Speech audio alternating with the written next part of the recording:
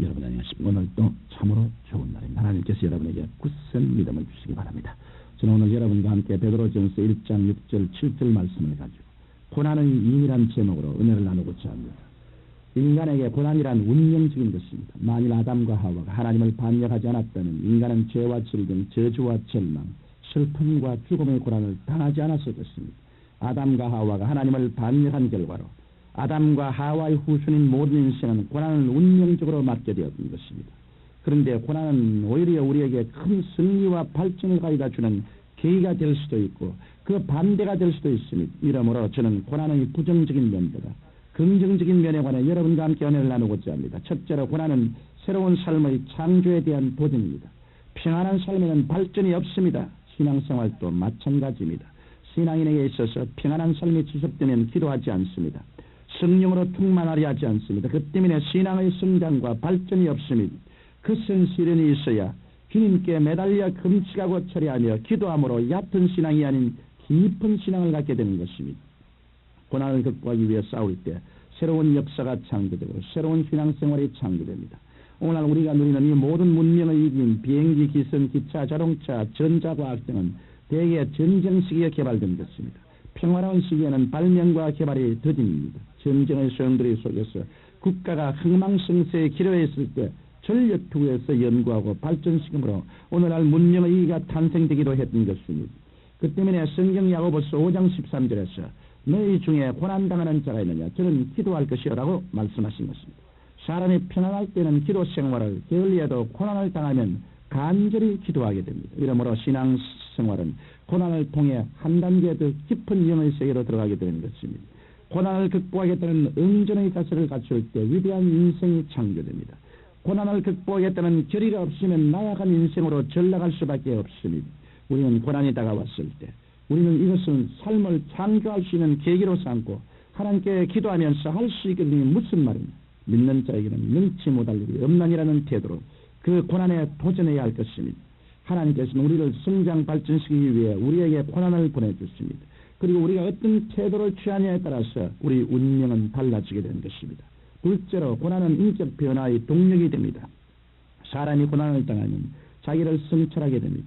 사람이 고난을 당하지 않으면 교만해집니다. 그러나 고난을 당하면 자신을 성찰하게 되어 하나님 앞에서 겸손해지는 것입니다. 물은 높은 곳에서 낮은 곳으로 흐릅니다.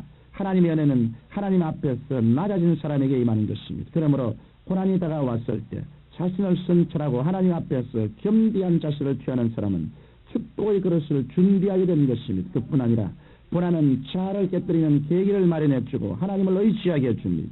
고난 당하기 전까지 인간의 지혜와 수단과 방법과 힘을 의지하더라도 고난을 만나면 인간적인 모든 것을 깨뜨리고 전적으로 하나님만을 의지하게 되는 것입니다. 이러기 때문에 고난은 우리로 하여금 깊은 신앙, 즉 순종하는 삶을 살게 해줍니다. 성경은 예수님께서도 바르신 고난에서 순종함을 배우셨다고 말씀하셨습니다.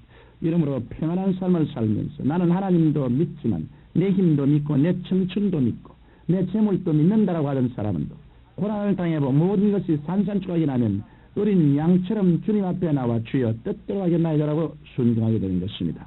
조각가는 정으로 아무런 모양이 없는 돌을 찍어냅니다. 금속성 소리가 나고 파편이 튀고 먼지가 나면서 돌의 모서리가 찍혀나가면 나중에는 아름다운 하나의 예술작품이 완성됩니다. 인간적인 것들이 찍혀나가는 아픔, 그 고난이 없이는 그리스도의 형상이 나타나지 않는 것입니다. 셋째로 고난은 강인한 인격을 만듭니다. 평안에 젖어 살면 온실에서 자라는 화초처럼 인격이 유약해집니다. 강인한 인격으로 성장하기 위해서는 고난의 훈련을 받아야 합니다. 그래서 자식을 키우려면 여행을 보내라는 말이 있는 것입니다. 여행을 가게 되면 집에서처럼 평안하지 못합니다. 고난이 뒤따릅니다. 그러나 그 고난을 통해 강인한 인격을 갖게 되어 사회 진출에서 무슨 어려움이 닥치든지 그 어려움을 이기고 나갈 수 있게 되는 것입니다. 이와 같이 고난은 신앙의 밥의 역할을 합니다. 밥을 먹지 않는 사람이 연약한 것처럼 고난을 먹고 소화시키지 않은 신앙인은 약할 수밖에 없는 것입니다. 역경을 많이 당하고 기도를 통해 그 역경을 이긴 신앙인은 강인한 힘이 있어 어떠한 경우에라도 파멸당하지 않습니다. 그러나 평안하고 안락한 가운데만 있는 신앙인은 강인한 힘이 없어 갑자기 큰 시련이 닥치면 그 시련에 함몰 당하고 마는 것입니다. 이 때문에 하나님께서는 당신의 일을 맡기려는 사람들에게는 고난의 파도를 지나게 하십니다. 아브라함, 야곱, 요셉, 모세 등은 고난을 통해 강인함을 얻고 위대한 신앙인들이 된 대표적인 성경상의 인물들인 것입니다. 이러므로 잠시 고난을 당한다고 해서 나는 이제 끝장이다, 나는 버림받았다, 하나님께서 내 기도는 응답하시지 않는다라는 염려하고 부정적인 말은 하지 말아야 합니다. 그럴수록 하나님께서 강인한 신앙인으로 키워주실 것을 굳게 믿고 기도로 이겨나가야 하는 것입니다. 나무나 풀이나 꽃은 어디에 가나 있습니다. 그러나 금이나 은이나 보석은 땅을 파고 들어가야 발견할 수 있습니다. 여러분이 믿음, 소망, 사랑을 얻고 하나님의 은총을 받으려면 표면적인 삶을 파헤치고 깊은 신앙 속으로 들어가야 합니다. 표면적인 삶이 파헤쳐질 때는 큰 고통이 따릅니다. 그러나 이러한 고난을 통해서 보석보다 더 귀한 하나님의 은총을 체험할 수 있는 것입니다. 넷째로 고난은 하나님의 축복을 감사하게 합니다. 우리 인간의 질병의 대다수가 스트레스에서 온다고 합니다. 그런데 그 스트레스를 없앨 수 있는 방법이 있습니다. 그것은 하나님께 감사하는 것입니다. 우리가 날마다 하나님께 감사드리면 우리 마음에 평안이 넘쳐나 스트레스를 극복할 수 있습니다. 그리스도인들에게 있어서 감사는 얼마나 귀한 특권인지 모릅니다. 똑같이 고난을 맞아도 세상 사람과 그리스도인과는 고난에 대한 태도가 다릅니다. 세상 사람은 고난을 맞을 때 원망하고 불평합니다. 그래서 마음에서부터 병들기 시작합니다. 그러나 그리스도인들은 하나님의 축복을 깨닫고 감사합니다. 병들어 봐야 건강의 고마움을 아는 것처럼 고난을 당해보면 하나님의 은혜를 깊이 깨닫고 하나님께 감사하게 되는 것입니다. 고난이 우리에게 다가왔을 때 우리는 하나님의 은혜가 정말 귀하다는 것을 알고 깊은 감사를 드리게 되는 것입니다. 그리고 감사를 통해 마음의 평화를 얻고 고난을 이겨나갈 수 있는 것입니다. 계속된 고난은 인간을 파멸시킵니다. 그러나 계속된 축복도 인간을 위태롭게 합니다. 그 때문에 하나님께서는 우리에게 고난과 축복을 번갈아 주시는 것입니다.